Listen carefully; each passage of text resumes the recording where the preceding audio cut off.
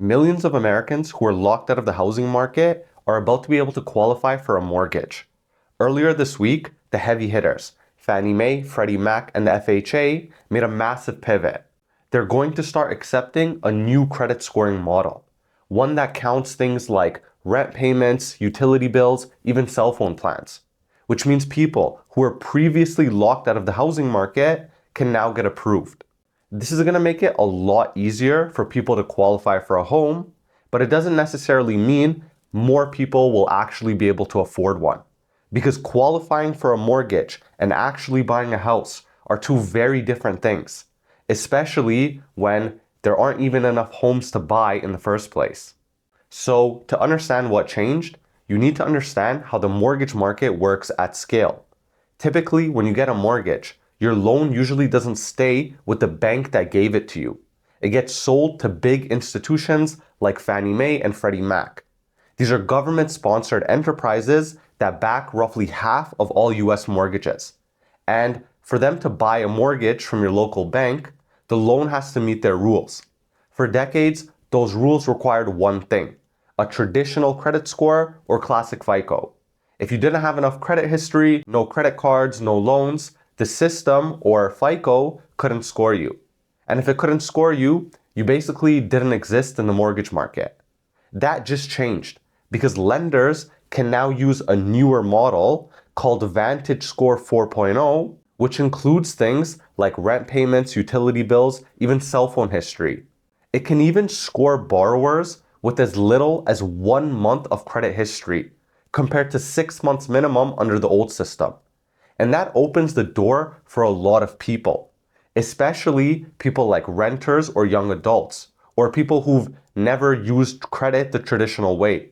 They can all now be measured, and in many cases, they measure well. Now, all of this sounds really good in the sense that we're getting more people to qualify for a mortgage. But everything we talked about only affects demand. Yes, this will get more people qualifying, it will get more buyers entering the market, but there's also going to be more competition for the same homes. And if we aren't ramping up supply on available homes, how is this going to affect prices? Right now, the US is short roughly 4 million homes. That's not a future estimate. That's the gap right now. And it's built up from over a decade of underbuilding or a variety of reasons. In 2025, the country formed 1.4 million new households, but only started construction on about 1.36 million homes. The annual gap, it can look small, but the accumulation over time is enormous. And closing that gap isn't easy, because housing supply doesn't move quickly. Start with labor, for example. There are currently 300,000 unfilled construction jobs in the United States, and there's not enough workers to fill them. The National Association of Home Builders estimates that residential construction needs to add 700,000 workers per year just to keep up with demand, retirements, and departures. Building material costs have also risen 40% since the pandemic, and that's a lot higher than overall inflation. Then there's regulation. Zoning laws, permitting delays, and local restrictions make it increasingly difficult to build new houses, especially in the places people actually want to live. And even when projects get approved, they take years, and that's the key point. You can't add millions of homes overnight, you have to build them slow. And building them is slow, it's expensive, and it's difficult. So here's what just happened. On one side, you have millions of new buyers entering the market.